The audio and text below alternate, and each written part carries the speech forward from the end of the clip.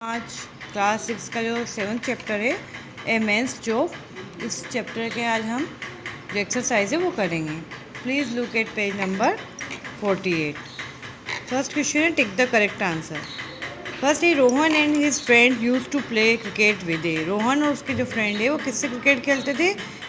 इसका आंसर है cork ball. First में आपको ए पे टिक करना है। सेकंड है Nikhil was a kid age age. Nikhil की जो एज थी वो कितनी थी?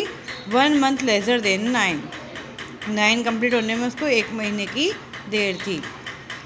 सेकंड में जो बी ऑप्शन है उस पर आपको टिक करना है। थर्ड है Nikhil was going to Rohan's house.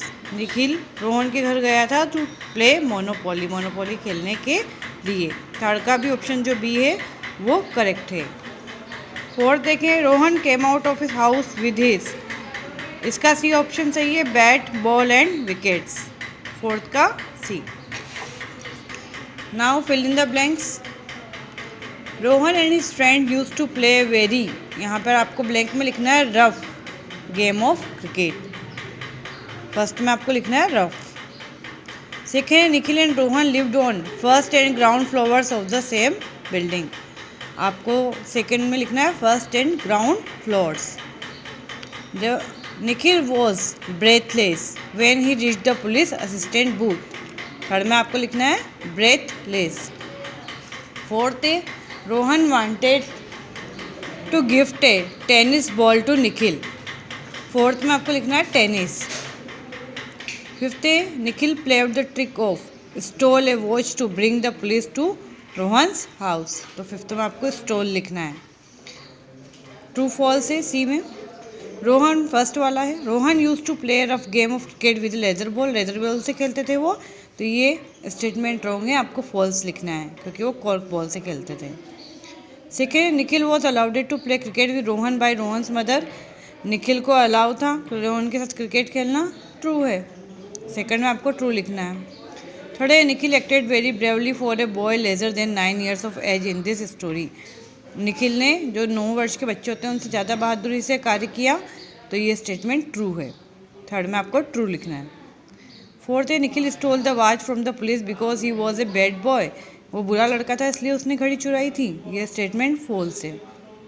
Fifth है one of the robbers signal to the others to come out. एक रोबर्स ने दूसरों को इशारा किया बाहर आने का, तो ये स्टेटमेंट ट्रू है। क्वेश्चन आंसर देखेंगे हम।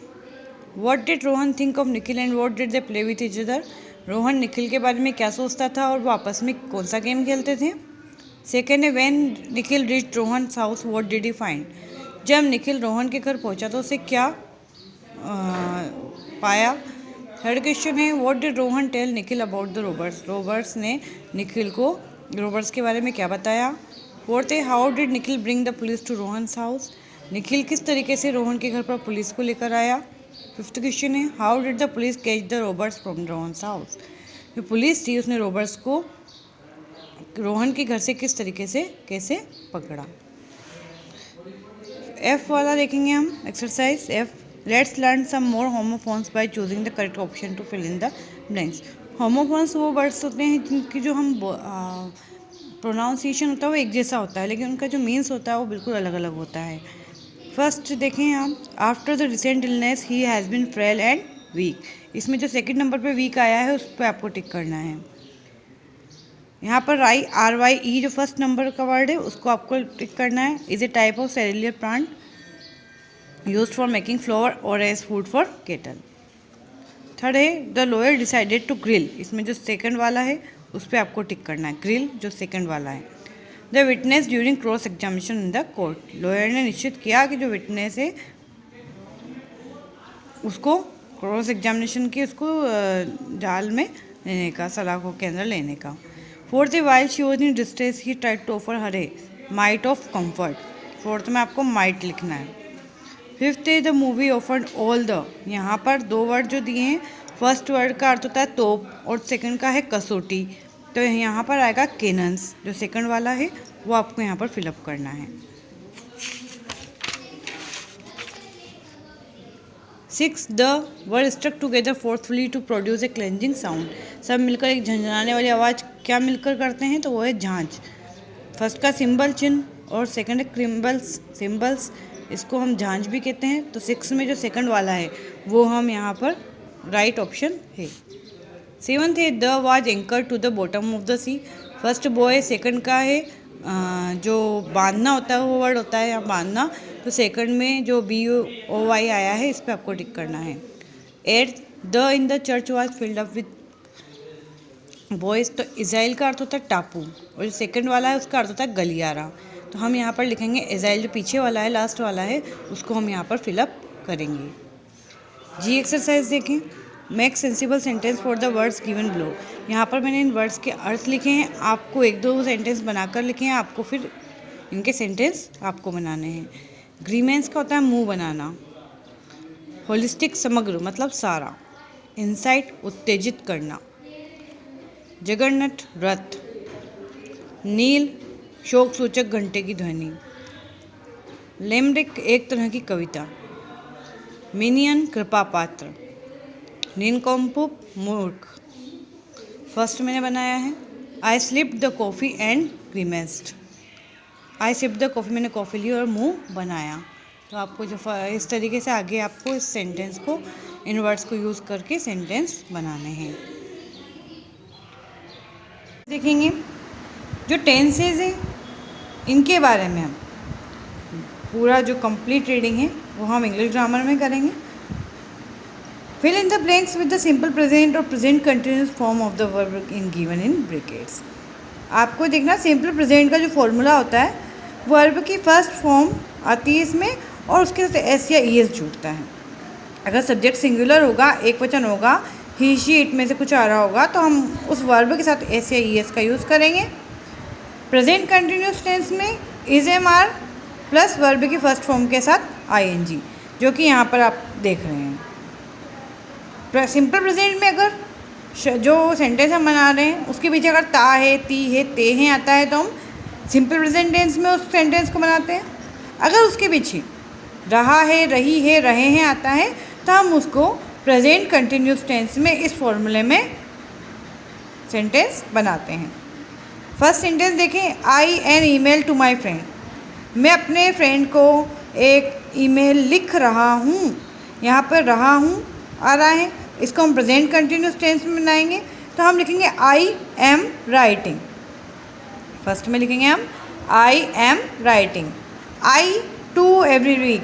अब यहाँ पर हम इसका हिंदी अर्थ करते हैं, मैं हर सप्ताह उसको लेटर लिखता हूँ। हमारे पीछे लास्ट में जो वर्ड आ रहा है ता हूँ, लिखता हूँ, तो हम वहाँ पर वर्ब की फर्स्ट फॉर्म लिखेंगे। यहाँ पर आई है, आई के साथ एस या ES का यूज़ नहीं होता है, इसलिए हम जो राइट लिखा हुआ है उसी को यहाँ पर हम लिख देंगे।